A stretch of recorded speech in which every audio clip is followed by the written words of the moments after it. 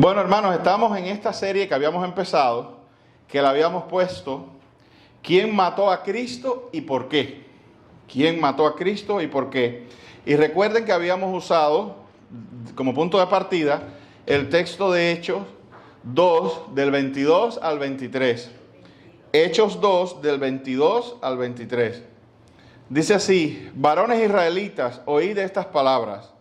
Jesús Nazareno, varón aprobado por Dios entre vosotros con las maravillas, prodigios y señales que hizo entre vosotros por medio de él, como vosotros mismos sabéis. A este, entregado por el determinado consejo y anticipado conocimiento de Dios, prendisteis y mataste por manos de inicuos, crucificándoles. Fíjense cómo allí, una de las cosas que explicábamos, y esto tengo que remacharlo porque este tipo de, si se quiere, tensión te la vas a encontrar mucho en la obra, en la vida cristiana. Y es la tensión de dos cosas que parece que se contradicen, pero se contradicen para nosotros los humanos, pero hacen sentido en la soberana y todopoderosa mente de Dios. Y por ejemplo, cuando nosotros nos hacemos esta pregunta, ¿quién mató a Cristo y por qué? Obviamente, históricamente se le ha adjudicado la responsabilidad por la muerte de Cristo fundamentalmente a dos grupos, ¿no? Hubo un tiempo que se le decían los judíos lo mataron, ¿no? Y en un sentido eso es cierto, ¿verdad? Porque los judíos fueron, si se quiere, los instigadores y los que empujaron el juicio, el falso juicio que se le hizo a Cristo Jesús. Pero los judíos no lo colgaron en la tumba, ni los judíos firmaron esa orden final. Eso lo hizo, como ustedes saben, Poncio Pilato, y los que ejecutaron a Cristo y lo clavaron en una cruz fueron los romanos, ¿verdad? Entonces, ahí tienes tú dos responsables. Hubo un tiempo en que se le hizo mucho daño al pueblo judío por esta causa, culpándolo. Estoy hablando de épocas medievales y demás, que era esta tradición de culpar a los judíos por la muerte de Cristo. Muchas veces, y desarrollando así lo que se llamó el antisemitismo, una xenofobia horrible que causó mucho dolor, y que lo cual, hay un sentido, hermano, miren, y esto lo he dicho otras veces, hay un sentido en que judíos, romanos y hasta nosotros hubiéramos matado a Cristo. Si Cristo Jesús hubiera venido en Estados Unidos lo hubiéramos matado. Si Cristo Jesús hubiera ido a Cuba, en Cuba lo hubieran matado. Si Cristo Jesús hubiera nacido en Salvador, lo hubieran matado. A Cristo lo mataron los hombres. ¿Ven?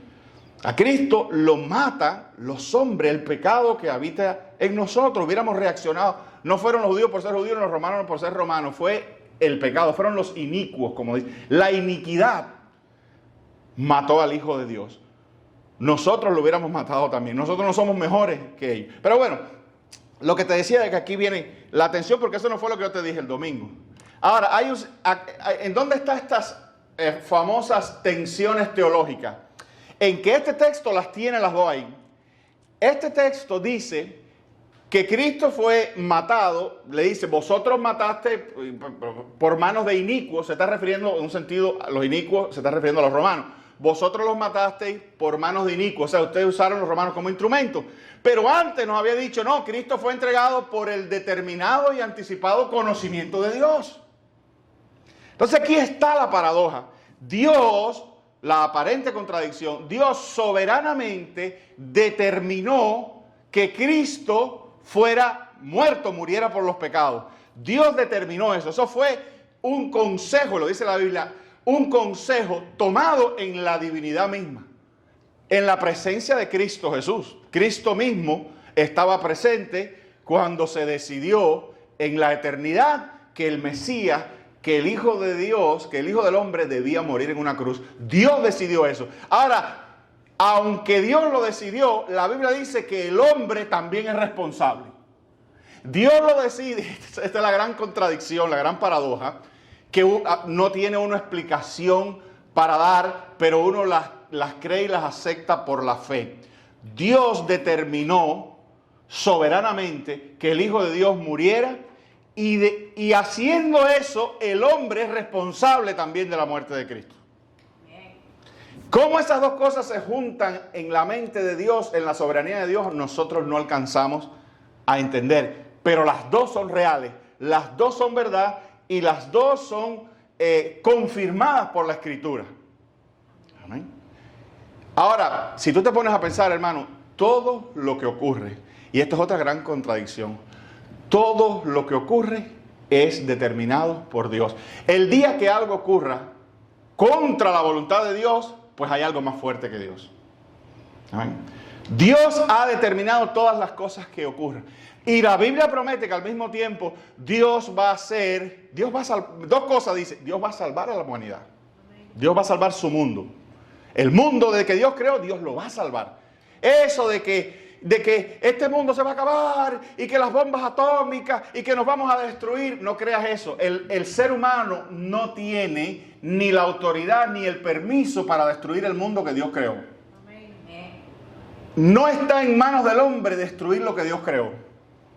No está en manos del hombre desaparecer un planeta, destruir un planeta, acabar. Eso no está. Dios es quien ha determinado. Y la Escritura no dice, la Escritura no habla por ningún lugar de la extinción y de la aniquilación total del planeta con toda la raza humana. Eso no lo habla la Escritura por ningún lugar. Al contrario, Cristo se cansó de decir que había venido a salvar el mundo.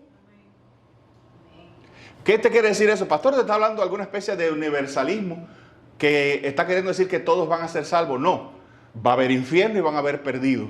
Pero lo que te quiero decir es que en general Dios va a salvar su mundo. No van a prevalecer los inicuos, ni va a prevalecer el mal, ni va a prevalecer Satanás, ni va a prevalecer el infierno, mucho menos contra la iglesia. Entonces Dios va a salvar su mundo, y no solo lo va a salvar, lo va a regenerar, lo va a hacer mejor. Te digo esto para que no vivas en las zozobras y en el miedo, y no vivas constantemente esperando un cataclismo que va a vivir y que el mundo se va a acabar y que los mayas decían y que no sé qué. No le hagas caso a nada de eso y cree tu Biblia. Cristo dijo, yo no he venido a condenar el mundo, he venido a salvar el mundo. De tal manera amó Dios al mundo que ha dado a su Hijo para que todo aquel que en Él cree no se pierda. Ahí está la cosa, ¿no? Es para todo aquel que en Él cree, pero el objetivo completo es que va a salvar el mundo. Amén. Entonces, no creas, no te dejes, por eso Cristo decía, no temáis, no tengáis miedo. ¿Que va a haber guerras? Claro que hay guerras, la Biblia lo dice. Es que hay guerras, que va a haber muerte, que va a haber desolación, que va a haber eventos naturales, que va a haber genocidios, ya lo han habido, etcétera, etcétera. Pero el mundo no se va a acabar. Dios está en control. Este mundo no se le ha ido de las manos, ni se le va a ir de las manos. Ni una guerra, ni Dios va a decir, ay Dios mío, mira, se ha formado ya la guerra mundial, se van a tirar las bombas atómicas y yo no puedo hacer nada. Se me fue de las manos esto. Eso no va a pasar. Eso no va a ocurrir. Ustedes no saben, hermano, lo que pasa es que, y esto siempre es difícil explicarle a una generación. Porque, por ejemplo, ¿qué piensa esta generación nuestra? El mundo está terrible. Habría que ir a la Europa, habría que retornar al mundo del año 43 o 44, en plena auge del fascismo y en plena guerra mundial, y preguntarle a la gente de Francia, de Italia, de la Alemania, de la Unión Soviética, ¿cómo está el mundo? A ver qué nos hubieran contestado.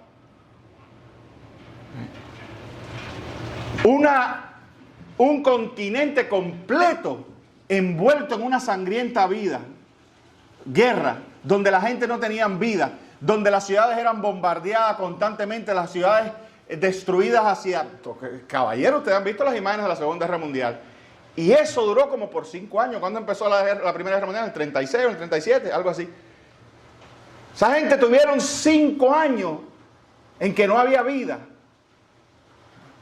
Y que parecía que la existencia no tenía sentido. Y ahora tú vas allá y aquello parece que nunca hubo una guerra. Ciudades que fueron completamente machacadas, como Berlín. Tú vas ahora a Berlín y no hay vestigio ninguno de guerras ahí. Pero si vas más para atrás y vas al medioevo, Cuando reinaba, cuando colapsa el Imperio Romano, que surge el medioevo y surgen los diferentes reinos y las guerras entre las tribus y los reinos, las formaciones de aquellos primeros países de la Francia, de la España, y guerra entre los ingleses, y guerra entre los franceses, y guerra de esto, y para acá, y viene Napoleón, y toda aquella gente, y tú le dices, oye, ¿cómo está el mundo? Va a decir, está malísimo. Imagínate tú que en París tomaron el poder los revolucionarios y le están cortando la cabeza a todo el mundo. La guillotinando, la gente de Robespierre. Amén. Sin embargo, la humanidad superó todo eso. Siempre la humanidad piensa que está en el peor momento. Sin embargo, Cristo dice, no temas. Yo estoy en control. Dios gobierna el mundo. Dios sabe todo lo que sucede. Y la iglesia mucho menos, porque dice que a vosotros ha placido daros el reino. Ese mundo, no me voy a poner escatológico ahora, pero ese mundo renovado que viene es fundamentalmente para su pueblo. Y la Biblia no dice, fíjate, la Biblia no dice que Dios va a sacar a los creyentes de este planeta y los va a poner en otro. No, la Biblia dice que aquí mismo, cielo nuevo y tierra nueva, donde mora la justicia, donde mora la verdad. ¿Qué te quiero decir? Dios va a salvar. Ese es el mundo. Jesús vino a salvar el mundo, si no nos hubieran llevado para otro lugar, o Cristo, en vez de venir a la tierra, hubiera ido a otro planeta y hubiera dicho, vengan para acá, que aquí donde estoy yo. No, Él vino aquí a salvar Cristo puso sus plantas, sus pies sobre este mundo. Amén. Su interés era aquí. Y Él es el Salvador de todos nosotros. Él es el Salvador del mundo. Eso los hombres lo tienen que entender. Y eso los hombres lo van a ir entendiendo paulatinamente con las edades. Otro mito. Déjame quitarte mito. La iglesia de hoy está peor que nunca. Mentira. Hoy hay más cristianos que nunca. Hoy hay más cristianos que hace 500 años. La iglesia no está tan perseguida ahora como hace 500 años. Todos esos son mitos. Nunca ha habido tantos templos como ahora. Nunca han habido tantas Biblias circulando como ahora.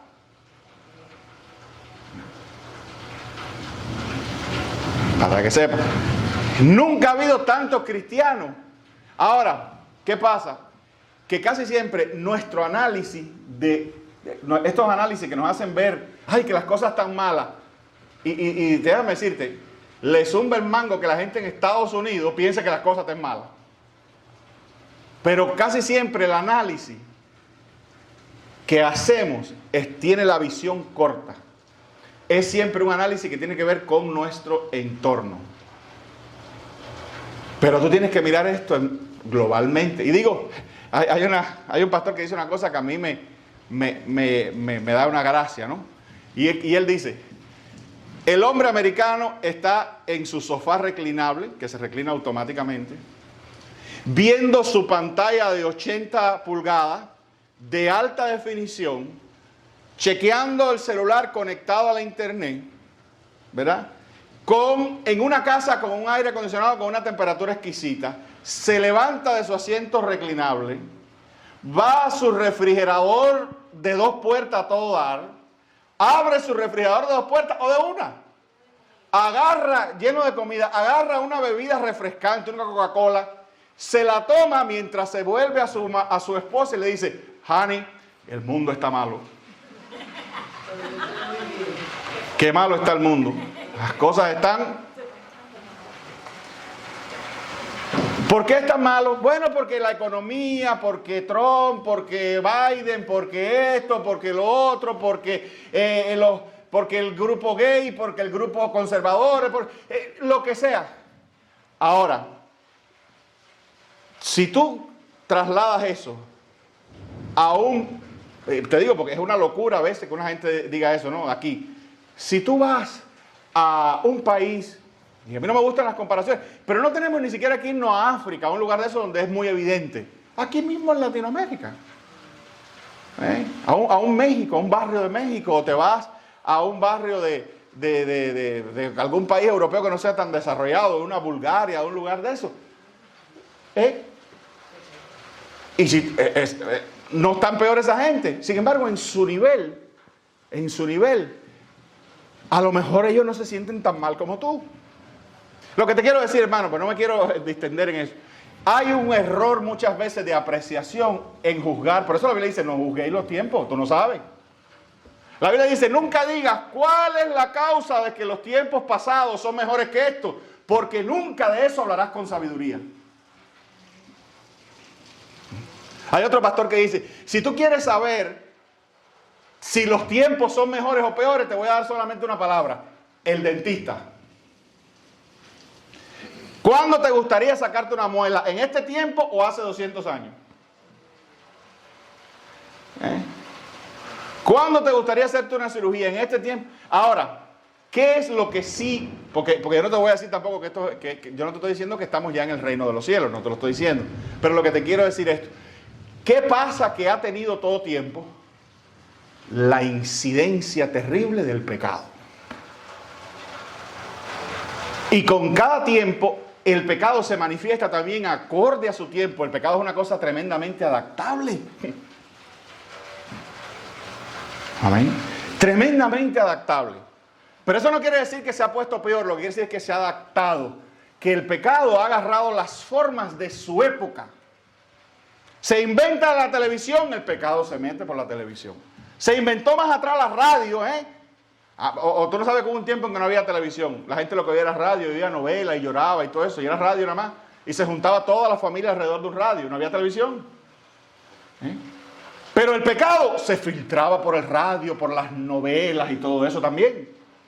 Surge la televisión, es un logro, una maravilla. La televisión, qué belleza, qué bonito ver, conocer los otros lugares a través de las imágenes. El pecado también se mete por ahí.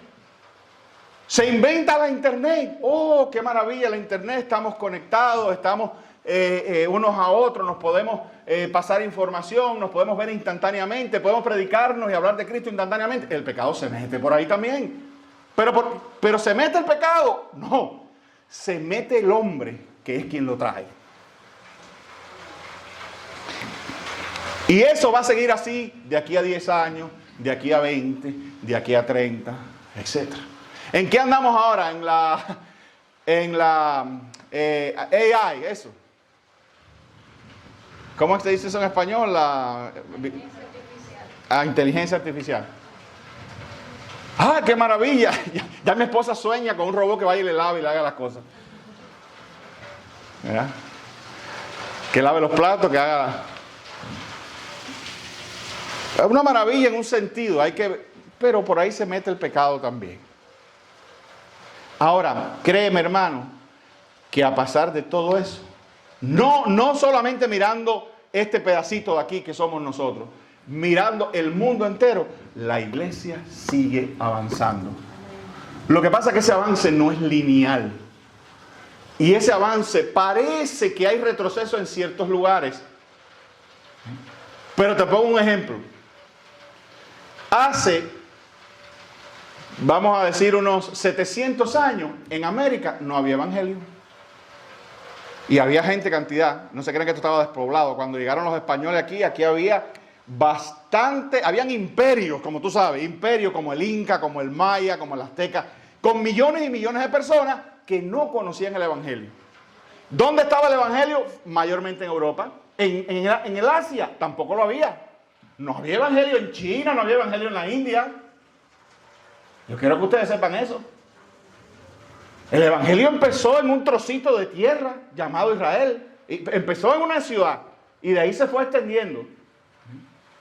Entonces, hoy en día, tú dices, bueno, pero ahora que me pongo a pensar, hay cierto retroceso del evangelio en Europa. Esa gente se han secularizado.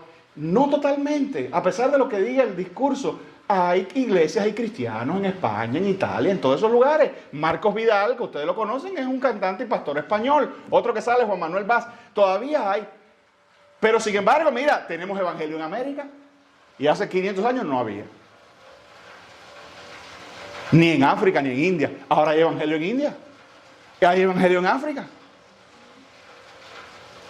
Amén.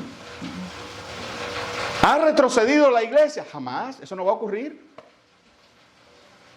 Eso no va a ocurrir. Pero tienes que verlo. Te repito, yo no sé por qué me he metido ahí, pero para que entiendas, ¿no? Tienes que verlo todo en su conjunto. No puedes casarte con lo que tú ves aquí. Porque hoy aquí, por ejemplo, tenemos poca gente en la iglesia, pero hay iglesias en otros lugares que están llenas. Y la gente está asomada por las ventanas yendo al culto. Y en esos lugares, y hace unos años aquí a lo mejor estaba lleno y allá no había nada. Amén. Amén. La iglesia va a seguir su avance. Entonces, me fui por ahí, pero quiero que entiendan esas contradicciones, pero que confíen y que crean que Dios está en control. Por ahí fue por donde empecé. Dios está en control de todo, así como estuvo de la muerte de Cristo Jesús. Bueno, hemos visto bien. Ya explicamos, ¿no? En un sentido más o menos queda claro quién mató a Cristo, ¿no? ¿Por qué? Bueno, habíamos hablado de que el pecado es una inclinación existencial de rebelión y maldad hacia el Creador. El porqué de la muerte de Cristo es esta anomalía que se mete en el corazón del hombre que se llama pecado, que se llama rebelión. Es una cosa terrible porque Dios hizo algo para sí que se llama hombre, pero le dio libertad y ese hombre agarró la libertad de decisión y se rebeló contra su Creador. Es una cosa terrible. O sea, la obra de sus manos se rebela contra su Hacedor. Lo que fue diseñado para que estuviera unido y en perfecta armonía y en amor con su Creador, le levantó el puño. Algo le surgió, una rebelión, un deseo de ser más que su Creador. Instigado por Satanás. Eso que le surgió al hombre, ese rechazo hacia Dios, se llamó pecado. Fue como si una enfermedad de momento hubiera surgido en el corazón del hombre. Enfermedad que descubre, como dije, instigado por Satanás, descubre la rebelión y se vuelve contra su Creador. Y al hacer eso, cae en un estado de enfermedad incurable. Y comienza a reproducir eso. Cuando los dos primeros hombres se contaminaron con el pecado, eso por eso se llama la caída, cayeron del estado de cercanía a Dios, cayeron a lo bajo. Empezaron ese deseo de rebelarse a Dios, de estar contra Dios, de ser su propio Dios, ellos mismos, se llamó pecado y comenzó a reproducirse. ¿Qué pasa? Como el pecado fue una rebelión contra el orden universal, Dios dedicó una pena para el pecado y la pena fue la muerte. O sea, la separación de esa criatura. Pero ¿cómo Dios se va a separar? ¿Cómo Dios lo puede hacer? Porque Dios es santo. Dios podía haberse separado de todas sus criaturas y quitárselo de arriba y adiós, todos para el infierno. Y Dios sigue siendo perfecto y el hombre sigue siendo justamente condenado. Pero ¿qué es lo que hizo Dios? Dice la Biblia. Bueno, otro misterio. Dios amó la obra de sus manos y lejos de destruirla, diseñó un plan de salvación. ¿Cómo? Satisfaciendo esa orden perfecta, esa pena perfecta para esa rebelión surgida, que era la muerte, Él mismo satisfaciéndola, resolviendo Él ese asunto. Entonces, ya habíamos visto que Dios estableció el castigo para el pecado. Ya habíamos visto que Ezequiel 18:4 dice: aquí todas las almas son mías, como el alma del Padre, así el alma del Hijo, el alma que pecare, esa morirá. En Romanos 6:23, porque la paga, este es clave, este texto, porque la paga del pecado es muerte.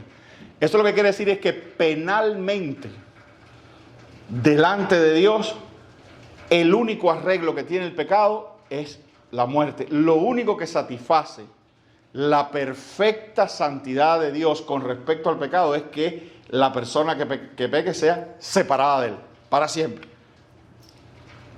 Adiós. Entonces dice: la paga del pecado es muerte, mas la dádiva de Dios, esto es un regalo, esto Dios lo hizo, mas la dádiva de Dios es vida eterna en Cristo Jesús. ¿Ya ven por qué es necesario que muera Cristo? Más o menos, ¿no? Hebreos 9:22 dice: y casi todo es purificado según la ley con sangre, y sin derramamiento de sangre no se hace remisión. Nota que es, porque esto es otra, a veces no nos damos cuenta, pero se nos meten ideas extrañas en la mente, ¿no? Sangre allí, derramamiento de sangre, con vistas, la idea ahí es la muerte. Derramamiento de sangre, pero muerte. No hacerse una cortada y derramar sangre y ya, ya lo salvé. Sí, porque hay gente que dice, no, por la sangre de Cristo. Sí, la sangre de Cristo derramada hasta la muerte. No en el medio, no un poquito de sangre. Si no, Cristo se hubiera hecho una heridita, hubiera derramado su sangre y ya. Es derramamiento de sangre conducivo a la muerte.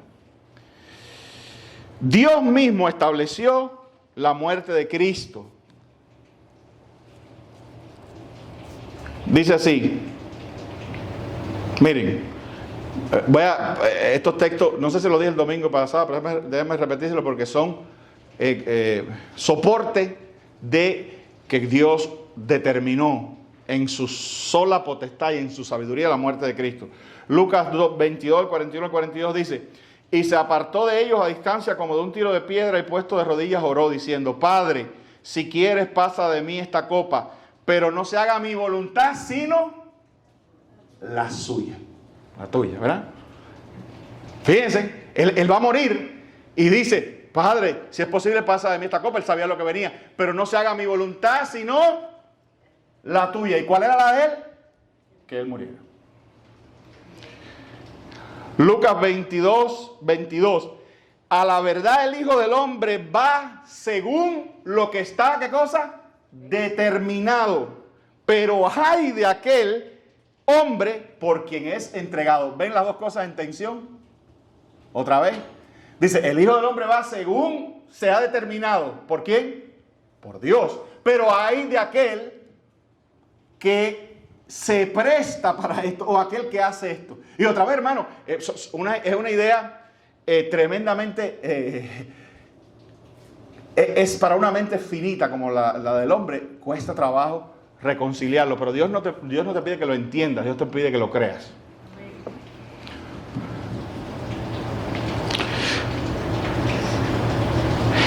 Juan 18:11. Jesús entonces dijo a Pedro, mete tu espada en la vaina, la copa que el Padre me ha dado no la he de beber. O sea que Pedro, cuando fueron a arrestar a Jesús, agarró la espada y dijo, viva Cuba, y salió a la carga como Máximo Gómez, ¿verdad? ¿Y qué pasó? Que Cristo le dijo, mete tu espada, la copa que el Padre me ha dado no la he de beber. Amén. Y por último, Apocalipsis 13:8. Miren qué tremendo, Apocalipsis 13:8. Esto es una visión ya del fin. Dice, y la adoraron todos los moradores de la tierra, estaba hablando de la bestia, ¿no? Y la adoraron todos los moradores de la tierra, cuyo nombre no estaban escritos en el libro del Cordero, que fue inmolado desde el principio del mundo. Pero ¿y eso cómo es, pastor? ¿Cómo dice que Cristo fue inmolado en el principio del mundo? Si Cristo en sí lo mataron, según cuenta la historia, como en el año 0, pero, o sea, ya había imperio romano, había un montón de cosas. ¿Cómo del principio? Porque la alusión a qué es, al determinado. Fue inmolado ante la fundación del mundo por decreto divino. Antes, fíjate, qué cosa tan tremenda. Antes que se creara un grano de tierra, antes que Dios dijera, sea lo que sea, creó los cielos y la tierra, ya había sido determinado que Cristo venía a morir. Dios soberanamente sabía lo que iba a pasar con la humanidad. Y la preparación ya estaba hecha para que el Cordero muriera. Por eso dice, fue inmolado antes de la fundación del mundo. Estaba determinado. Qué cosa tan maravillosa, porque dice la Biblia que cuando Dios creó el mundo, Cristo estaba ahí. Dice, el verbo estaba ahí, al principio del mundo. Y qué tremendo que Jesús, el verbo que aún no era encarnado, esa tercera persona de la Trinidad, esa divinidad que después conocimos como Jesús, pero que antes era el logo de Dios, el verbo, estaba allí creando aquello que él sabía que un día iba a tener que venir a salvar. Pero el texto dice más cosas. Dice que los que adoraron la bestia, ese texto que acabo de leer, dice que los que adoraron a la bestia, aquellos... Amén. Antes de la fundación del mundo, ya el libro de vida estaba escrito. Amén. Y tu nombre estaba ahí, mi querido hermano. Y el nuestro también. Entonces, ¿quién mató a Cristo y por qué? La pregunta, ¿no? Dios quebrantó a Cristo por ti. Fue necesario para cubrir el costo del pecado. Isaías 53:10 dice: con todo eso, Jehová quiso quebrantarlo, sujetándolo a padecimiento. Cuando haya puesto su vida en expiación por el pecado, verá linaje, vivirá por largos días, y la voluntad de Jehová será en su mano prosperada. Oigan eso. Eso fue dicho 400 años o 800 años antes de Cristo. Dijo eso Isaías, esa profecía. Amén. Con todo eso, y oye esto, hermano, yo quiero que esto se te asiente en el alma. Con todo eso, quiso, o Jehová quiso quebrantarlo, sujetándolo a padecimiento, a la cruz. Cuando haya puesto su vida en expiación por el pecado, o sea, que Él reciba como dice por ahí, el chivo expiatorio. No, este es el cordero expiatorio, ¿verdad? El cordero perfecto. Cuando Él muera, entonces Dios habrá cubierto el pecado del hombre. Quedará perfectamente satisfecho. La única solución en la divinidad para que tú y yo seamos salvados literalmente y todos nuestros pecados sean perdonados y se elimine la separación, el dictamen de separación que hay sobre nosotros, es únicamente con la muerte de Cristo. Cristo es la única satisfacción delante de Dios como paga del pecado. Por eso dice: la paga del pecado es la muerte, mas la dádiva de Dios es vida eterna en Cristo Jesús. Amén. Y dice: verá linaje cuando haya puesto su vida. ¿Quién es el linaje? Nosotros, los que creemos en Él, los que estamos inscritos en el libro de la vida. Vivirá por largos días, una alusión a la eternidad, y la voluntad de Jehová será en su mano prosperada. Bien, termino con esto. Solo puedes ser salvado por esa muerte. Nadie más, ninguna otra muerte satisface eso. Tú has visto cómo hay héroes que han muerto por los pueblos, ¿verdad? Gente, y les hacemos estatuas y los veneramos. Cada pueblo tiene sus héroes, ¿no? Los padres fundadores le dicen. Los veneramos como los responsables de que gocemos lo que gocemos. De hecho, a veces se dice eso, dice: no, porque fulano y mengano murieron para que ustedes puedan tener, ¿verdad? Esa es la conexión. No está mal y está bien que fulano y mengano hayan muerto para que son héroes y los veneramos. Sin embargo, esto es otro calibre. Porque fulano y mengano pudieron haber muerto para que nosotros tengamos un mejor futuro, una mejor nación, una mejor economía, una nación más estable y eso. Pero ninguna de esas muertes vale nada delante de Dios. La única muerte que puede darte, no un mejor país, sino una vida eterna, es la de Cristo Jesús. ¿Me hago entender, queridos hermanos? Por eso, ¿quién mató a Dios? Dios mismo. ¿Quién mató a Cristo? Dios mismo lo envió a la muerte. Dice que hizo Jehová quebrantarlo. ¿Por qué? Para salvarte a ti. Para satisfacer su propia. Por eso tú has oído ese texto que dice: Él es el justo y el que justifica. Las dos cosas, el que es de la fe de Cristo Jesús. Porque Él es justo, que dice: la paga del pecado es muerte. Pero es el que justifica porque dice: bueno, pues es la muerte de Cristo la que responde a mi justicia. Amén. Entonces, solo puede ser salvado por esa muerte, querido hermano. Mire, 1 de Pedro 1, del 18 al 20. Sabiendo que fuisteis rescatados de vuestra vana manera de vivir, la cual recibisteis de vuestros padres, no con cosas corruptibles como oro o plata, sino con la sangre preciosa de Cristo, como de un cordero sin mancha y sin contaminación, ya destinado desde antes de la fundación del mundo, pero manifestado en los postreros tiempos por amor de vosotros. Amén. Amén. Gloria a Dios. ¿Quién mató a Cristo y por qué? Bueno, pudiéramos quedarnos con esa respuesta final. ¿Por qué? Por amor de vosotros. Amén. Aquí quieres un héroe de verdad, aquí lo tienes. Y no hay muchas estatuas. Bueno, sí hay estatuas de él, pero él no se ha pedido jamás una estatua porque él está vivo, él no está muerto. Las estatuas se las hacemos a los muertos. Él está vivo y presente a través del Espíritu Santo en nosotros. ¿Verdad? ¿Y qué dice la Escritura? Que Dios quiso quebrantarlo. Y si lo juntamos con este texto, por amor a vosotros. Amén. Amén. Para salvarnos. ¿Ven qué serio es esto? La misma muerte de Cristo imprime una seriedad tremenda a la salvación. Si no tomas a Cristo en serio, ningún héroe ni ningún hombre te podrá salvar. Amén. Si no depositas tu confianza y tu fe en Cristo Jesús, no va a haber nadie, como decían, ni el médico chino te va a salvar.